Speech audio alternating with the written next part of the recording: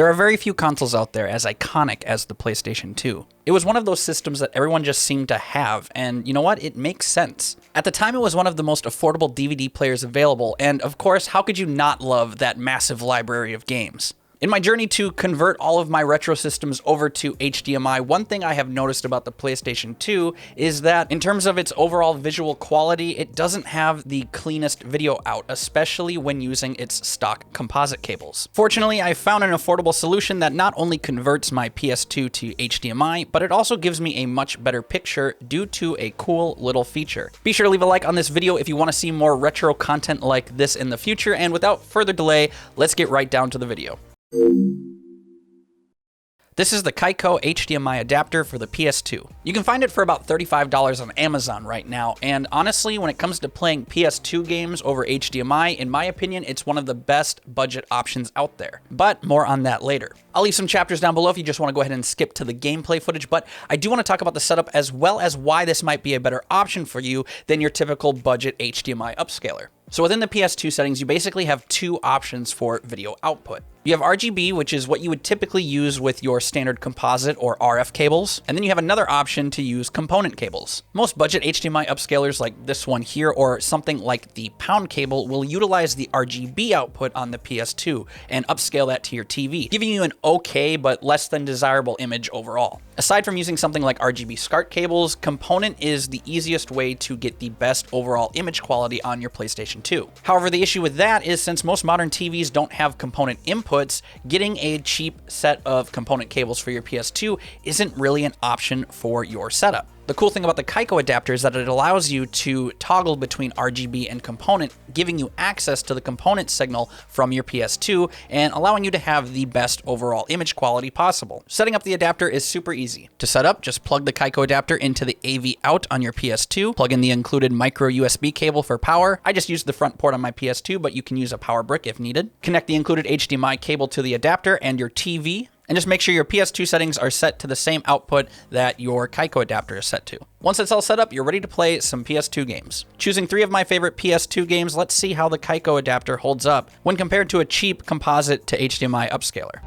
Alright, so starting things off, we have Burnout 3, and now with all these games, I did try to recreate them as best as I could, even utilizing cutscenes to help tell the difference between the composite and the Kaico. And yeah, I'm just playing Demolition. One thing I noticed right away with composite is that everything seems a little fuzzy, almost like the screen is dirty or something. It's playable, but it's not great. Switching over to the Kaico, the first thing that immediately grabs my attention is the road. Not just the textures having more detail, but the lighting and the shadows on the road itself are just much more dynamic and detailed. And that fuzzy, dirty screen that I was just talking about is completely gone, thanks to the utilization of that component signal. Now we have probably my favorite game on the PS2, and that's Jak and Daxter. I decided to show off a little bit of cutscene as well as some gameplay for this one, and yeah, we're finding the same results as we did with Burnout 3. I did also want to note that the composite upscaler is causing the game to stretch a little bit, and you'll see when we go to the Kaico that we have a much more accurate representation of how the game is supposed to look. And you know, it's like I said with Burnout 3, you can totally play games like this on your TV with a cheap composite upscaler. You just lose all the benefit of utilizing that component signal. It's totally usable, but you'll see right when we switch here to the Kaico that the colors again are much more vibrant. The lighting is much more dynamic, and you can see the textures again are much more detailed than they were before, and that dirty screen is once again gone, because we're utilizing that component signal and we're getting a much better image. Whereas with the composite, we just lose a lot of that detail.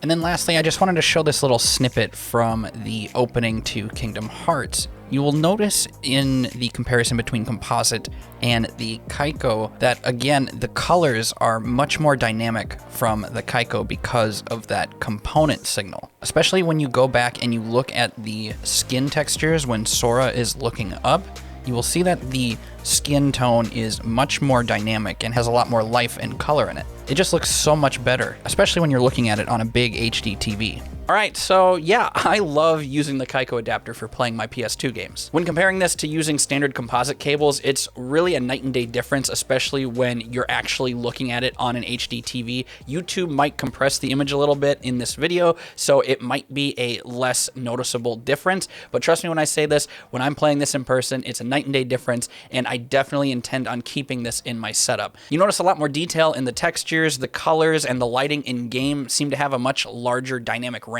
and it looks great. With that being said, while I personally really like this adapter, there is one major flaw with this that might be a severe deal breaker for a lot of you out there. For some reason, the Kaico adapter doesn't allow you to play PS1 games. Every time I try a PS1 game on my PlayStation 2, it seems to work for a few seconds, and then the signal will cut out and come back sporadically, and it's really annoying, and it's just frankly unplayable. If you look on their Amazon listing, in fact, it even specifies in the description that it is not compatible with PlayStation 1 games. I mean, for me personally, it's not that big of a deal because I prefer to play my PlayStation 1 library on my original PS1 hardware, but I know a lot of people use their PS2 for both generations of games, and not being able to play PlayStation 1 games on your PS2 using the Kaico adapter could be a serious deal breaker.